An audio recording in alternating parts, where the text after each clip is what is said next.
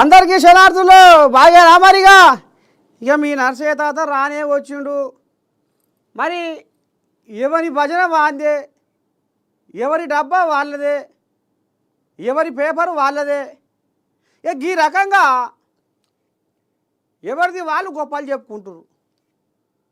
కానీ ఇవాళ మీ నర్సయ్య తాత అన్ని పేపర్ల జాతకం అసలైన జాతకం ఏందో చెప్తానికి వచ్చిండు. మరి అందుకనే మరి మన నేను పొద్దుగాలనే మీకు రామసక్కని శుద్ధులు ముల్లెగట్టుకొచ్చిన ముచ్చట్లు అందిస్తేందుకు సిద్ధంగా ఉన్నది మన ఏఎన్ఎన్. ఇక మరి ఇప్పుడు అసలైన జాతకం ఏందో చూద్దాము. చలో, మహాపత్రిక వచ్చింది. మహాపత్రికలో ఏమి నడుస్తుంది? గాలి. ఓవరాక్షన్ చేయవద్దు. ఈయన హైడ్రా కమిషనరు, ఈయన ఏదో మన అమీన్పూర్ మున్సిపాలిటీ పరిధిలో ఏదో కథ అంతా ఏదో గోల్మాల్ ఎవరైనా నడుస్తుంది, కబ్జాలు పెట్టిరు అంటే ఆడికి పోయి ఏదో విచారణ చేపడుతుంటే హైకోర్టు అడ్వకేటు ఏదో కథ మాట శరానికి వచ్చి ఏదో నడవంగా పోసి తెస్తుంటే ఈ కోయాగా సంలాయించిందట హైడ్రా కమిషనరు. ద్వితీయ తృతీయ శ్రేణి నగరాలకు పరిశ్రమలు, రాష్ట్రంలో డ్రోన్ టెక్నాలజీ విస్తరణ. మంత్రి శ్రీధర్ బాబు పట్టుకరావాలి, పరిశ్రమను పట్టుకరావాలి, తెలంగాణ రూపురేఖలు మార్పాలి, ముస్లింలను బీసీలో ఎలా చేరుస్తారు. ఇక వీళ్ళతో గోల్ అయిపోయింది. అయితే ఢిల్లీ దిల్ గెలిచేది ఎవరు? నేడే కౌంటింగు చూద్దాం. మరి ఇటు కాంగ్రెస్ వాళ్ళు, అటు బీజేపీ వాళ్ళు, ఇటు ఆపు. మరి వాళ్ళకు ఎవరిది ఆలోచన, ఎవరిది గెలుపు, ఎవరిది ఖాయం అనేది మరి ఇక తెడం అవుతుంది, కాబోతుంది కూడా. అయితే 10 తర్వాత స్థానిక ఎన్నికలు రంగం సిద్ధం చేసిన ఎన్నికల కమిషను. ఫిబ్రవరి 10లోపు పీఓ ఏపీఓల నియామకాలు, 15లోగా శిక్షణ పూర్తి, ముందుగా ఎంపీటీసీ జెడ్పీటీసీ ఎన్నికలు నిర్వహించే అవకాశం. ఇక మరి ఇది మొన్నటిదాకానేమో జూన్ తర్వాతనా, మే తర్వాతనా, ఏప్రిల్ తర్వాతనా, ఆనకాలంలో చేద్దామా ఈ సర్పంచుల ఎలక్షన్లు, జెడ్పీటీసీ ఎంపీటీసీ ఎలక్షన్లు అనేది కొంత మేరకు అక్కడక్కడ గుసగుసలు వినపడ్డాయి. ఈ రకంగా సర్కారు ఆలోచన చేస్తుంది అనేది. కానీ మరి ఇప్పటికిప్పుడే ఈ నిర్ణయం తీసుకుంది అంటే మరి ఇక నిన్న మొన్న గ్రామ సభలల్లో జర్రంతా అటు ఇటు గందరగోళము. వీళ్ళనే బీఆర్ఎస్ వాళ్ళు ఉసిగొల్పి ఏదో చేసిర్రు. ఉత పుణ్యానికి వాళ్ళని ఉసిగొల్పి నాకు ఇది వస్తలేదు అది వస్తలేదు. జర్ర సర్కారు సంతకబెట్టిలో శాసకాన లేదు కాబట్టి చిన్నగా మెల్లగా పోదామనేది తాంబేలు నడకలాగా కాంగ్రెస్ నడుస్తుంటే ఇదే సందు కానీ కుందేళ్ళలాగా మీరు ఎందుకు ఉరుకులో పెట్టరు అని బీఆర్ఎస్ కోయాగలు కొన్ని నడవంగా తలిగి ఆ గ్రామ సభలలో కొంత గందరగోళం అయ్యింది. నిజమైన వాళ్ళకి ఇస్తలేరు, వాళ్ళకే ఇచ్చుకుంటారు అనేది కొంత కంపు అయింది. కాబట్టి ఈ గందరగోళం మరి రేపు బీఆర్ఎస్ వాళ్ళు కొలువు లేక, బాధ్యత లేక, పదవి లేక మా మీద ఇసురుక పడుతున్నారు. కాబట్టి ఈ కోజాగలు రేపు చూ అని కొంకున్నరికే వ్యవహారం చేస్తాయి. కాబట్టి జనాలను అంతా ఇప్పటికే మరి జర్ర గోల్మాల్ చేస్తున్నారు జర్ర మరి ముందుగా పెట్టుకునే ఆలోచన కొడుతున్నది. ఎందుకంటే జర్ర జనాల వ్యతిరేకత కూడా పెరగ ముందుగా పెట్టుకుంటే బాగుంటుంది అనేది కూడా మరి కాంగ్రెస్ వాళ్ళు దబదబ ఆలోచన చేసినట్టు. మొత్తానికైతే ఇక్కడ అధికారులకు మొత్తం ఈసీ వాళ్ళు మొత్తం లోపడంగా ఏదో నడిపిస్తున్నారు కథ అనేది. ఇక 10 తర్వాత ఈ స్థానిక సంస్థలకు ఎన్నికల షెడ్యూలు మరి ఇక మూతమోగే కాడికి వచ్చింది కథ. అయితే ఇంకేముంది,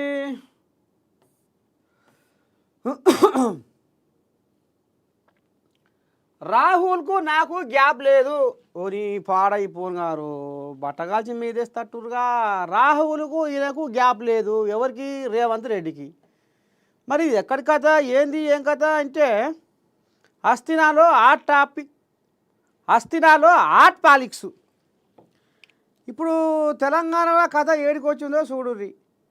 రాహుల్ గాంధీకి రేవంత్ రెడ్డికి గ్యాపు ఉన్నది అనేది ఇప్పుడు సోషల్ మీడియాలో రచరంబోల చేస్తుంది. అసలు ఎట్లా ఏమిటి చేస్తుర్రు, ఏంది ఏం కథ అనేది ఇక్కడ మరి బీఆర్ఎస్ వాళ్ళు ఉసిగొల్పుతుర్రా, బీజేపీ వాళ్ళు ఉసిగొల్పుతుర్రా, అసలు ఏం చేస్తుర్రు? రాహుల్కు నాకు గ్యాప్ ఏంది? నేను నిన్న మొన్ననే బీహార్ ఎలక్షన్లలో ప్రచారం చేస్తుంటే బ్రహ్మాండంగా తెలంగాణ సీఎం రేవంత్ రెడ్డి ముంగడికి ఉరుకుల పెడుతుండు, ప్రగతిని సాధిస్తుండు అని ఈ కులగణన కూడా రేపు రేపు దేశానికి ఒక దిక్సూచిలాగా ఉండబోతుంది. రేవంతమయ్య బగ్గద అల్లాడుతుండు తెలంగాణ కోసం అనేది నన్ను మా రాహుల్ గాంధీ మెచ్చుకుంటే, వీళ్ళకు ఆయనకు నాకు పరిపడతలేదు, అపాయింట్మెంటే ఇస్తలేడు అనేది మరి వీళ్ళు ఎందుకు పుట్టిస్తుర్రు ఈ పుకార్లు షికార్లు అని ఆయనకు నాకు గ్యాప్ లేదు అనేట్టుగా మరి సీఎం రేవంత్ రెడ్డి ఆయన ఆంబాయం వెళ్ళబోసుకుండు. ఇక పోతే ఇంకేంది ఇది త్రిశంకు స్వర్గం.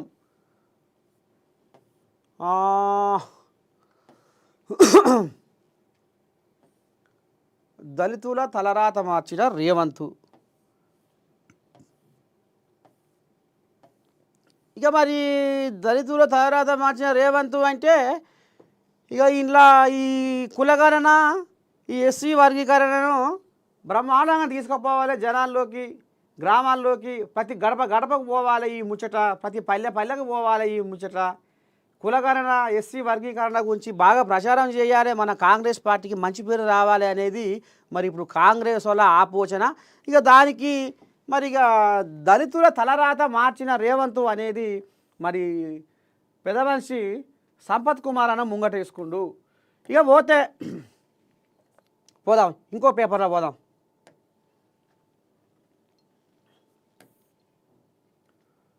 ఏమొచ్చింది?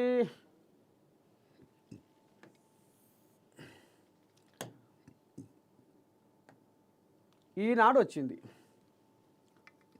ఈనాడులో ఏముంది కథ? త్వరలోనే కులగణనకు చట్టబద్ధత. అయితే మంత్రివర్గ విస్తరణ ఎప్పుడు అనేది ఇప్పుడే చెప్పలేము, అధిష్టానం నిర్ణయాన్ని బట్టి ముందుకెళ్తాము. గదే ఎల్లాక చెప్పుకున్నాం ముచ్చటే. ఇక మరి నీ దండం పెడితే ఈ గందరగోళంలో ఇప్పుడే మనం ఈ సర్పంచుల ఎలక్షన్ల ముందర మనకు మనమే ఉచ్చు పెట్టుకున్నట్టు అవుతుందో ఏమో. ఎందుకంటే ఇప్పుడు మొన్న కొన్ని కోజాగాలు బాయికాడ దావా చేసుకున్నాయట. ఇంట్లోనే కొన్ని కోజాగాలు కారు దిగి చెయ్యికి షేకాండ్ ఇచ్చిన కోజాగాలు కూడా ఇప్పుడు గందరగోళంలో పడ్డాయట. అవి అటా ఎడగాకుండా అవుతుందా ఈ పని? ఎందుకంటే అది సుప్రీంకోర్టు దాకా పోయింది కాబట్టి మరి అది అనవరత వేటు పడే అవకాశాలు కూడా కొంత మేరకు మరి కనబడుతున్నాయి. కాబట్టి ఆ కోళ్ళాగలు కూడా జర్ర అటు ఇటు అన్నాడు. కానీ కొన్ని కోళ్ళాగలు మళ్ళా కారెక్కే అవకాశమే ఉన్నట్టుగా కూడా అనిపిస్తుంది. అదొకటి అనుమానం. ఇక కొన్ని కోళ్ళాగలు మరి బాయికాడ దావా చేసుకున్నాయట, అది కొంత అనుమానం. ఇక ఇప్పుడే ఈ మంత్రివర్గ విస్తరణ చేసి ఈ లేనిపోని అంత మనమే కాంపు చేసుకుంటే మళ్ళీ ఇంట్లో కొన్ని కోళ్ళాగలు అలిగి మళ్ళీ ముసవారం వేస్తాయో ఏమో. అందుకనే ఈ మంత్రివర్గ విస్తరణ, నామినేటెడ్ పోస్టులు, అయ్యే కార్పొరేషన్ పోస్టులు, ఇక గిట్లాంటివి ఏమన్నా పార్టీ పదవులు ఉన్నా కానీ జర్రంత వెనక ముందు అయినాక ఈ సర్పంచి జెడ్పీటీసీ ఎంపీటీసీ ఎలక్షన్లు అయిపోయినాక పెట్టుకుంటేనే బాగుంటుంది అనేది జర మరి ఎవరో పెద్ద మేధావే జర మరి రేవంతమయ్య చెవులో చేసినట్టు కొడుతుంది. కొంత దీనికి టైం పడుతుంది. మొత్తానికైతే ఇది నా చేతుల్లో లేదు. అధిష్టానం ఏం చెప్తే గదే. రాహుల్ గాంధీ, సోనియా గాంధీ నిర్ణయానికి నేను కట్టుబడి ఉంటా, నా సొంతంగా నేను నిర్ణయం తీసుకోను, అంతా వాళ్ళ చేతుల్లోనే ఉంది, వాళ్ళకే వదిలిపెట్టినా, ఇక వాళ్ళ ఇష్టమే ఇష్టపురం అన్నట్టుగా రేవంతమయ్య కాడెత్తేసి కూర్చుండు. ఎందుకంటే మరి లేందో పంచాది మోపై తట్టుంది. ఇప్పటికే నాకు మంత్రి పదవో అని ఒకరొకరు 1000 కళ్ళతో ఎదురు చూస్తూ ఉర్రు. కానీ వీళ్ళ ఆశల మీద మరి నీళ్లు పోసినట్టు అయితట్టుందని ఆలోచన చేస్తే పుసుకున ఇస్తే మళ్ళీ 3వ పంచాయతీ అయితట్టుంది. అందుకనే మంత్రివర్గ విస్తరణను పక్కకు పెట్టిర్రు అనేది మాత్రం జర్రంతా మనకు కొద్దిగంత ఆశన కొడుతుంది. ఇక పోతే కొలువు తీరిన డీట్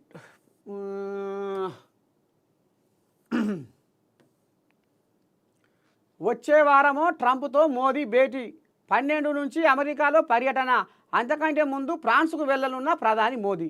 అమ్మ నేను దండం పెడితే, అయ్యా మోదీ సారు నీ కడుపు చల్లకుండా బాగానే ఆదికొచ్చినావు, బాగానే వచ్చినావు నాయన. మరి మోడీ అంటే విశ్వగురువు అంటారు. మోడీ బాగానే భారతదేశాన్ని ఉద్ధారకం చేస్తుండు, నిలబెడుతుండు, కష్టపడుతుండు, షడ్డో పడ్డో వ్యవహారం చేస్తుండు అని చెప్పుకొస్తారు.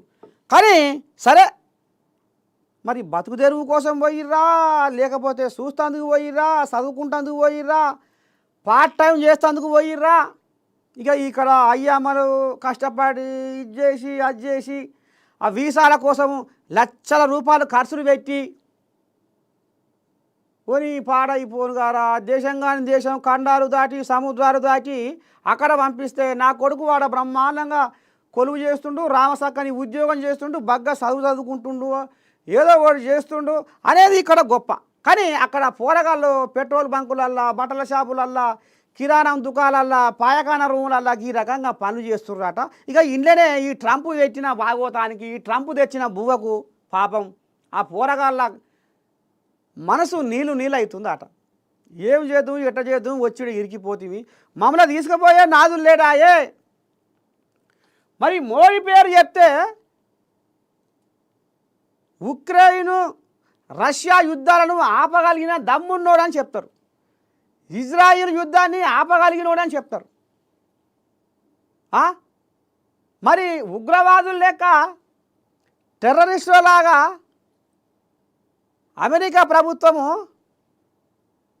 ట్రంప్ పాపం వాళ్లకు సంఖ్యలు వేసి వాళ్ళని ఉగ్రవాదుల్లాగా మెడకు బట్టేసి గుంజుకొని గొర్ర గుంజుకొస్తుంటే, వాళ్ళని నానా రకాలుగా తిప్పలు పెడుతుంటే వాళ్లకు దాచుకుంటందుకు చోటు లేక గుట్టలల్లా, అడవులల్లా, చెట్లల్లా, పుట్టలల్లా దాచుకుంటుంటే మోడీ మరి ట్రంప్తో మాట్లాడి ఇది ఎందుకో, ఈ పంచాయతీ ఎందుకో తశ్వ చేస్తలేడు మోడీ అనేది ఇప్పుడు సోషల్ మీడియాలో పెద్ద యుద్ధమే నడుస్తుంది.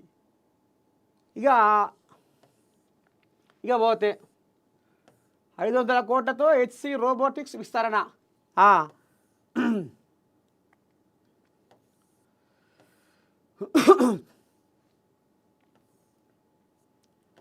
ఇక పోతే త్వరలోనే కులగణనకు చట్టబద్ధత. ఇక ఏమైనా పురస్తే కానీ మేము సర్పంచుల, జెడ్పీటీసీ, ఎంపీటీసీ ఎలక్షన్లల్లో 42% బీసీ రిజర్వేషన్ అనేది మేము కరాఖండిగా తేడతెల్లం చేయబోతున్నాం అనేది ఇప్పుడు కాంగ్రెస్ వాళ్ళు అంటున్న ముచ్చట. ఇంకేముంది కథ?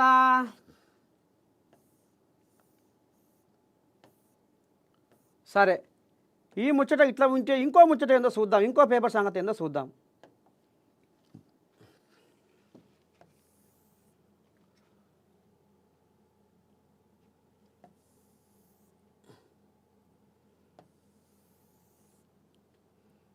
సాక్షిని పట్టుకొచ్చిన.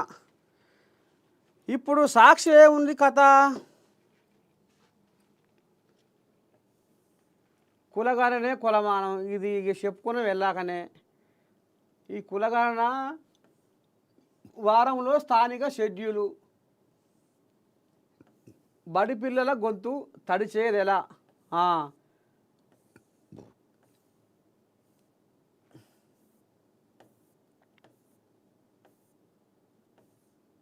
మంత్రి పదవి ఆశలపై నీళ్లు. ఇక గదే ఇక ఎల్లాకటి ముచ్చట, ఇది కొలుపు. ఇక ఆ కొల్లపురం ఇప్పుడు ఒడవదు, తీరదు.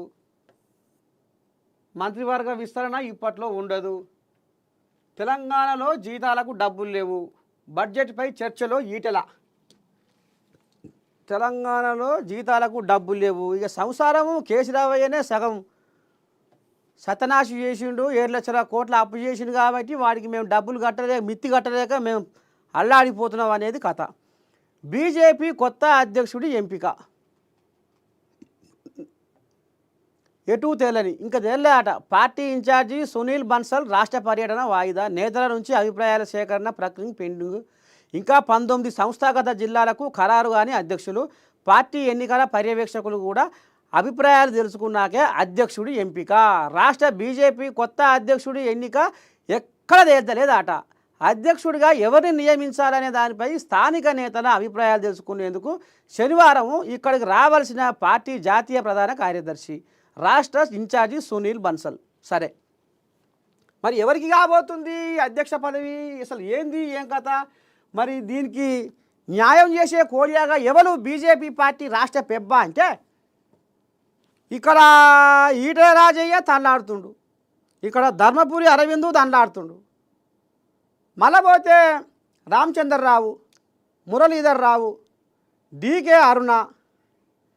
అయితే ఇప్పుడు గుసగుస ఏంటంటే కొద్దిగా ఈటెల రాజేందర్ దిక్కు కొద్దిగా గాలి మల్లుతుంది అనేది కూడా గుసగుస వినపడుతుంది. ఎందుకంటే ఈటెల రాజేందరు అనే వ్యక్తి మరి ఆనాడు కేసీరావయ్యతోటి ఉద్యమాల రుచి చూసినోడు, వామపక్ష భావాలున్న వ్యక్తి.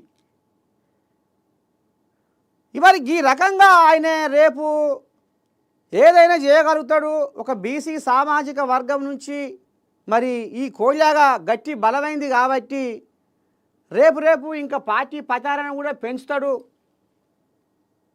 అనేది కూడా కొంత మేరకు జరంతా ఇసురాయలో ఇసురుతున్న గాలి ఇది. చూద్దాం మరి రేపు బీజేపీ పెబ్బ ఎవరు కాబోతురో తెలంగాణకు చూద్దాం. ఇక పోతే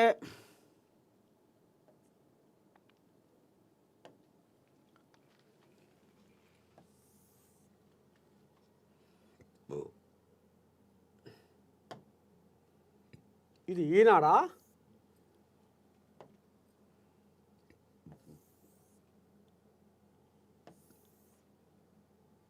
ఇదేది నమస్తే తెలంగాణ ఇటు బాయ్ వచ్చిందే, నమస్తే తెలంగాణ వచ్చింది. లగచర్లలో పోలీసుల యాక్షన్, ఒక ఊరు వందలాది పోలీసులు.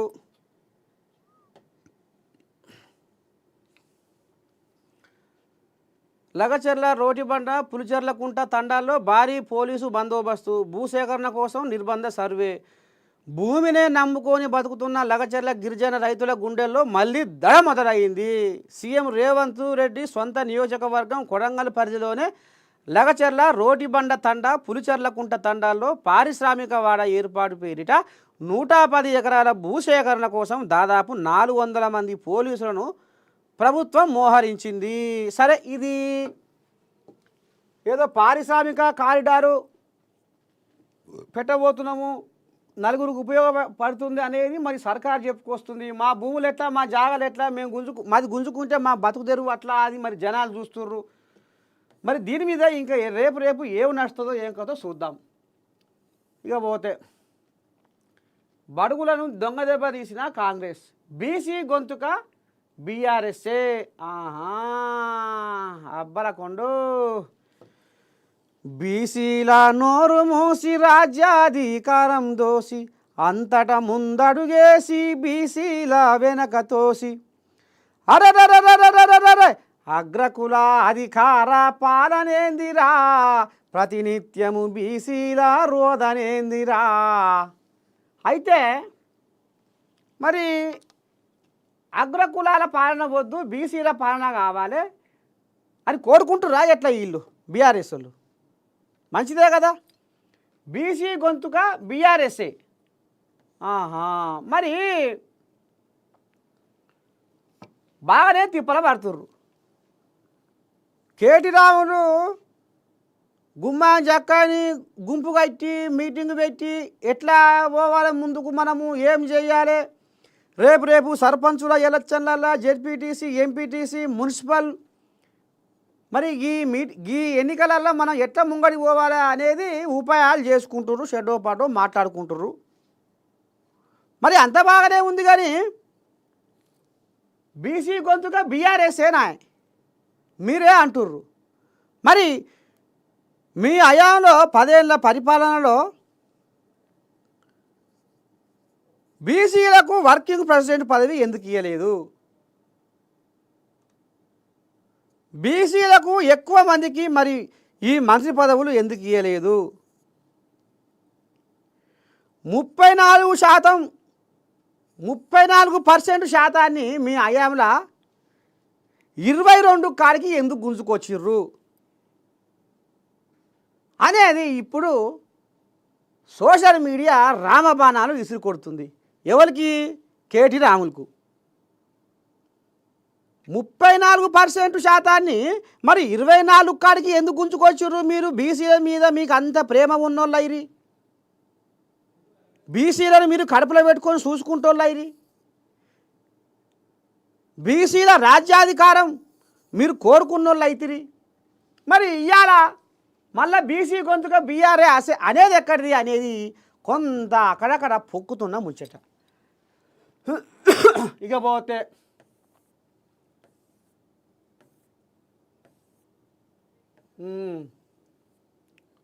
ఇదే కథ ఉంది.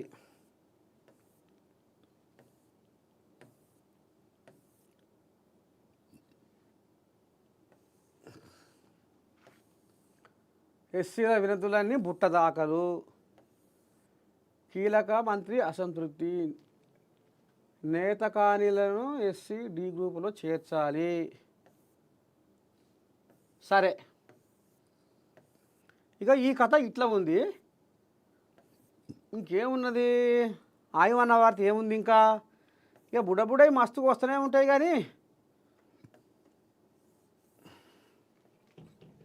ఇక ఇప్పుడు మనం ఒక ముచ్చట పెట్టుకోవాలి.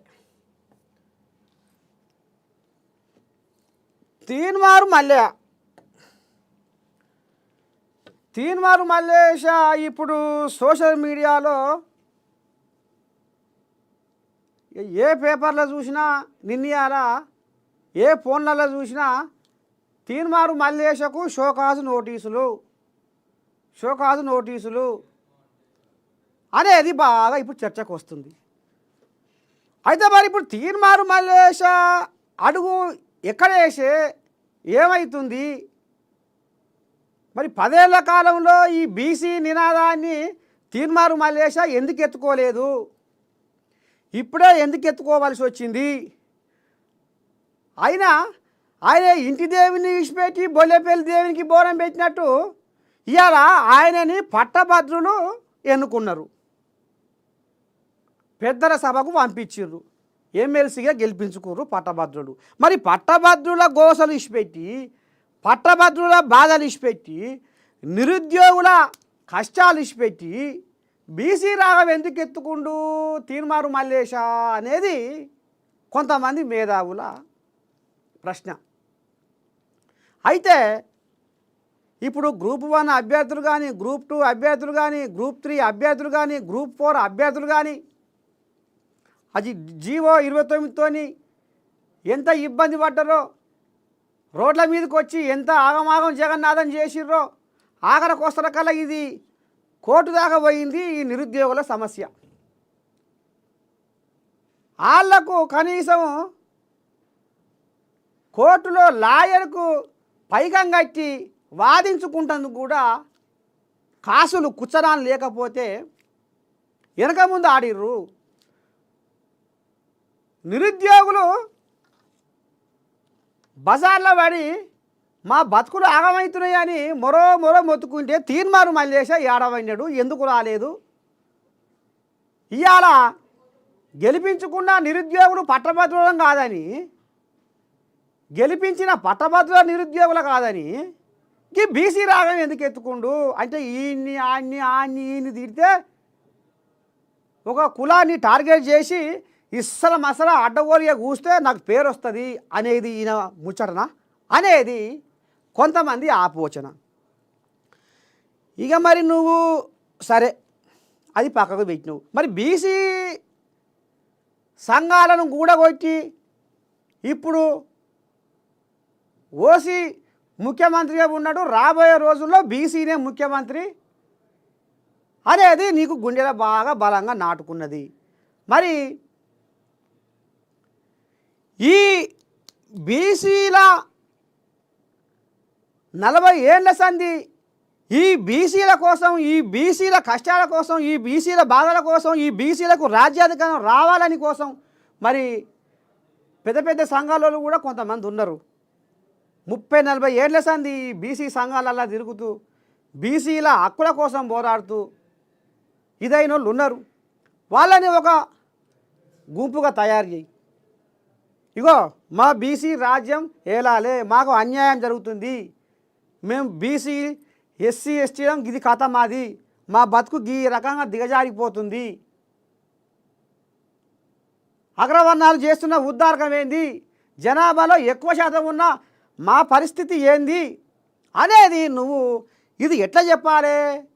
ఇక వరంగల్లో బీసీ యుద్ధ పేరు పెట్టి ఓ నీ దండం పెడితే ఇక అలా అనరా అని మాటలు, చెప్పరా అని కూతలు, చెప్పుకోలేని మాటలు. ఈ రకంగా చేస్తే ఇప్పుడు అగ్రవర్ణాలు సరే రెడ్డోళ్ళనే తీసుకుందాం, రెడ్డోళ్ళని ఏడికి పడితే ఆడికే ఇస్తర మసల కూతలు కూర్చున్నావు నువ్వు. దీన్ని మనము రాజ్యాధికారం దిశగా, రాజ్యాధికారం వైపు మనం ఎట్లా అడుగులేయాలి అనేది నువ్వు చూసుకోవాలి. కానీ నాకు రెడ్డిలో ఓట్లే వద్దు, మా రెడ్డిల ఓటు మాకు అవసరమే లేదు. మరి 20 ఏళ్ళు ఉద్యోగం చేసిన కేసీరావయ్య ఎన్నడన్నా మీ ఆంధ్రలో ఓట్లు మాకు అవసరమే లేదని అన్నడా? పట్నం హైదరాబాదులో లక్షల మంది ఆంధ్రోళ్ళు ఉన్నారు, ఉద్యమం చేసిండు. మీరు వలస వచ్చి మా తెలంగాణను ఏలుతుర్రు, మా రాష్ట్రాన్ని మేమే పరిపాలించుకుంటాం అనేది బాగా బలంగా నాటకపోయి ఇది ఊరూర బాగా పొక్కించి ప్రచారం చేసి ఎల్చిపారుతట్టు చేసి మరి ఆయనే తెలంగాణను ఇవాళ అంతా మూకుమ్మడి చేసి జనాలను తెలంగాణ గద్దె మీద కూర్చుండు. మరి ఆయన ఆంధ్రలో ఓట్లు నాకు వద్దని అనలేగా, మరి ఇప్పుడు రెడ్డిల ఓట్లు మాకు వద్దు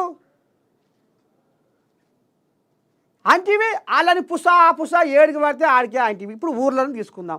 ఊర్ల పొంట జనాలు ఇవాళ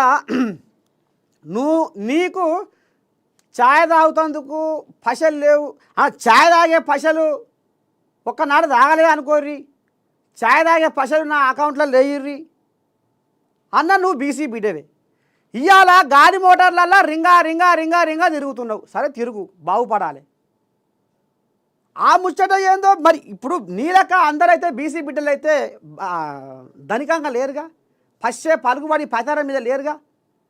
అన్ని కులాలల్లో పేదోళ్ళు ఉన్నారు, పెద్దోళ్ళు ఉన్నారు, బలిసిన వాళ్ళు ఉన్నారు, చిన్న సన్న నిరుపేదోళ్ళు కూడా ఉన్నారు, అన్ని కులాల్లో ఉన్నారు. ఇవాళ ఏ కులంలో తీసుకున్నా రెడ్డి కులంలో కూడా పేదోళ్ళు ఉన్నారు, పూటకి వెళ్ళలేక వాళ్ళు ఇలా అరిశమ తీస్తోళ్ళు కూడా ఉన్నారు. ఇలా నువ్వు కులాన్ని టార్గెట్ చేసి ఇలా వాళ్ళ మీద నువ్వు కారు కూతలు కూసి ఉచ్చతార్థంగా బొక్కబోర్ల పడ్డట్టు అయిపోయి అంతా బాగానే చేసి బుగ్గను ఊది సూత్తని పొడిచినట్టు అయిపోయి. ఇంత కష్టపడి ఇంత చేసి అంత చేసి ఇప్పుడు ఊర్లల్లో బీసీ బిడ్డలు అయ్యా ఓ రెడ్డి సాబు, అయ్యా ఓ పటేల్ సాబు, ఒక 10 రూపాయలు కావాలి అంటే ఆపదికి సాపదికి 10 రూపాయలు ఇచ్చి ఈ రెడ్డి వాళ్ళు ఆదుకుంటుర్రు అనేది ఇది సమాజంలో జరుగుతున్న ముచ్చట.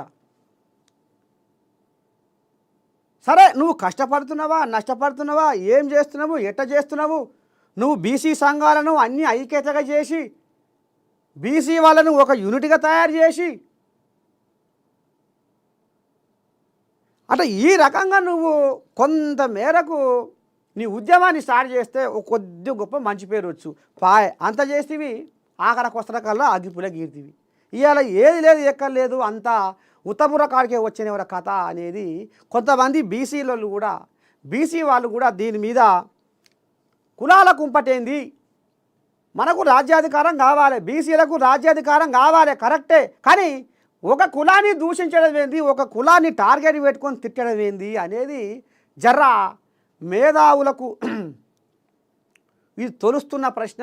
సబ్బండ వర్గాలు కూడా అసలు ఏంది, ఏమవుతుంది, ఏం జరగబోతుంది, ఈ కులాల కుంపటి ఏంది, ఈయన నమ్ముకొని పట్టభద్రులు నిరుద్యోగులు గెలిపించుకుంటే ఆ రాగాన్ని ఇచ్చిపెట్టి ఈ తొవ్వలో వస్తుడేంది, లేకపోతే ఒకరిని తిడితే ఒకరిని దూషిస్తే నాకు పేరు వస్తుందని చేస్తుండ అసలు ఏం చేస్తుండు తీర్మారు మల్లేశ అనేది కొంత అనుమానము అక్కడ పొక్కుతుంది కాబట్టి ఇక ఈ ముచ్చట కూడా మీ చెవులో వేద్దామని తీసుకొచ్చిన. ఇక మొత్తానికైతే అసలైన జాతకం ఏందో చెప్పిండు మీ నర్సయ్య తాత. ఇక దినం అన్ని పేపర్ల జాతకాన్ని మనం చూద్దాము, అసలైన జాతకాన్ని మనం ఇందాము. చూస్తూనే ఉండ్రి మన ఏఎన్ఎన్. రేపు పొద్దుగాల మళ్ళీ వస్తా, మళ్ళీ మంచి మంచి శుద్ధులు, మంచి మంచి ముచ్చట్లు, పేపర్ల జాతకాన్ని మోసుకొచ్చి అసలైన జాతకాన్ని మీకు వివరిస్తా అని సెలవు తీసుకుంటున్నా. చూస్తూనే ఉండ్రి ఏఎన్ఎన్ న్యూస్.